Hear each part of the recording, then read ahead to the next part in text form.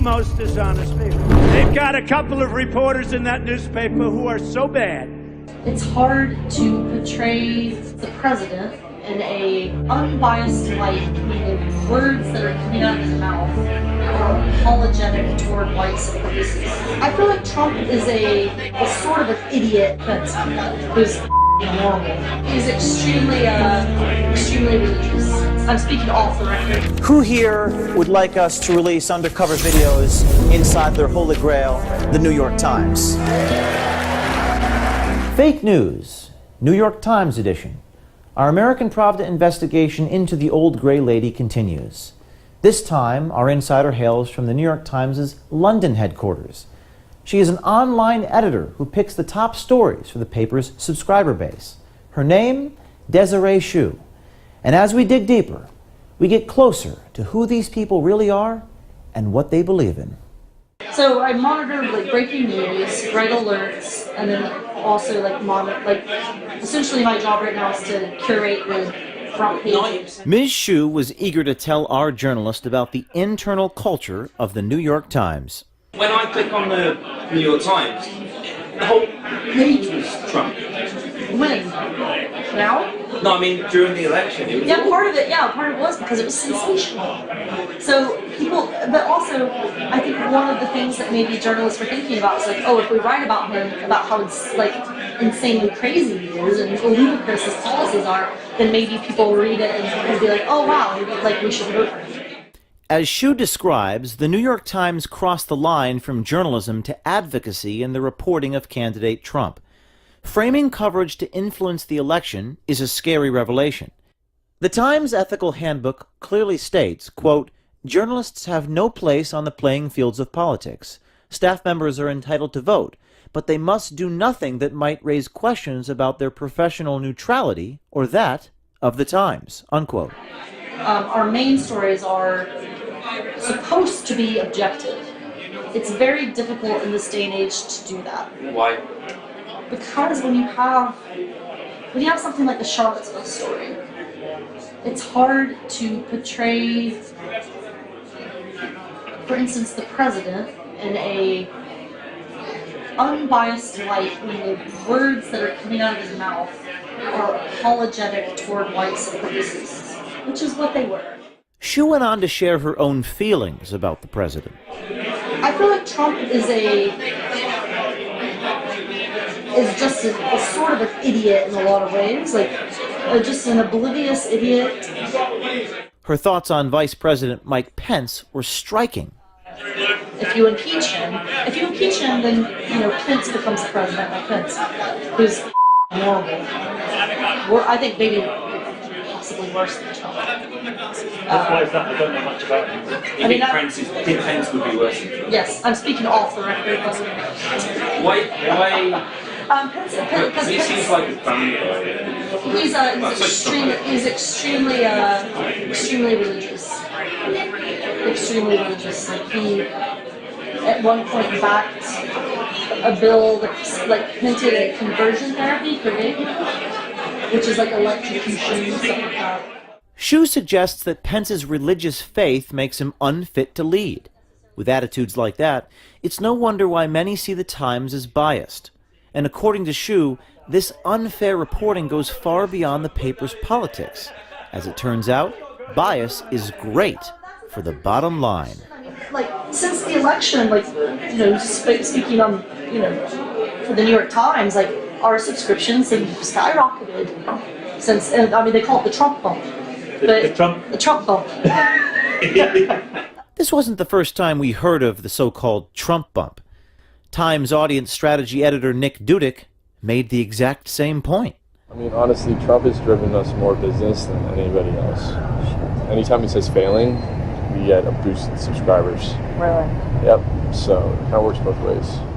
The bump is real, abundantly clear by the Times' second quarter financials. Total revenues are up 9% from the same period last year, including a 63% increase in digital subscriptions. The Times, the Guardian, the BBC, not the Guardian, the BBC, the Washington Post, people who have paywalls up, the main objective is to grab subscribers. Yeah. You do that any way that you can. As print newspapers fade into oblivion, subscriptions are the name of the game, and the New York Times' survival will be determined by the success of its online presence. You were going into like, is it about clicks? And stuff, and I think. Well, that's when you're like you sort of back up, because part of it is, but also you don't want to be like branding your company as click chasers, you know. Right. Everyone has to chase clicks. Yeah, that's so ignoble, you know. The New York Times has got, you know, to me it's a newspaper. It is a newspaper. But nowadays it feels like it's a click. I mean, you're not wrong.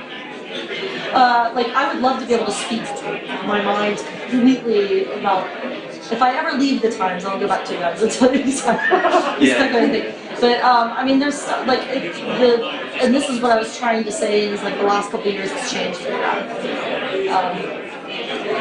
For the better? Oh, it's changed for the bad? You mean because of Trump, or...? I think the business model itself is just, you know, there's so much panic about what to do, that, you know, what else is a company supposed to do? Like, Shu's points are actually quite reasonable. It's called the news business for a reason. Journalism is a free market industry, and the news is only worth what people are willing to pay. But we wonder, has the New York Times compromised its journalism for the sake of profits? Is the vaunted Times pandering to its readers and potential subscribers? Is truth and honesty the victim? the New York Times is not, I mean, it's widely understood to be liberal leaning, but American newspapers are not supposed to claim a bias. They're supposed to be objective. So but the New York Times is not right. I'm not saying that they're not. I'm saying it's widely understood to be left leaning. The New York Times used to have a rock-solid reputation to report unbiased truth. But according to Shu, it now wants to report the truth as accepted by the left. She insists that bias is what subscribers want. And the Times wants subscribers to be happy. That's the conundrum, is that a business model in this time is built on what the readers want. You have to give, it's not so much that you have to give the readers what they want. You have to be respectful of the readers' desires, or what interests readers. It's not so much that you're tailoring your content toward them, but one of the things we're doing at the Times now is making sure that we're aware of our audience. That doesn't mean that we're going to condescend to them, but it also doesn't mean that we're going to be holier than thou and try to tell them what they should or should not be consuming. What you do is that you give them the news, and then you see where the pieces fall. You see what people are interested in, and people are interested in politics right now.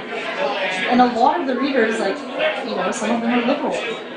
A lot of them are liberal. So I think what they want to know is they want to know about Trump, and they want to be informed. So when the next go-round happens, they feel they're sufficiently informed to either vote one way or the other. But isn't that just feeding the monster what he wants to eat rather than giving him anything? Yeah, but what else are you supposed to do? Shu seems resigned to this new reality at the New York Times. It appears that money is just too important for those pulling the strings. 90% of your stuff is Trump, man. It is. And trust me, you're not the only one that said that. A lot of us feel like saying it. I think it's too much. Hate Trump. I do think a lot of it's too much.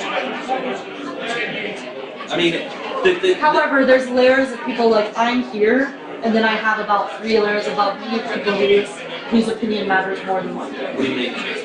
Like the editors last night. So when you have a very high-ranking editor tell you that this is what it's going to be, there's not much you can do.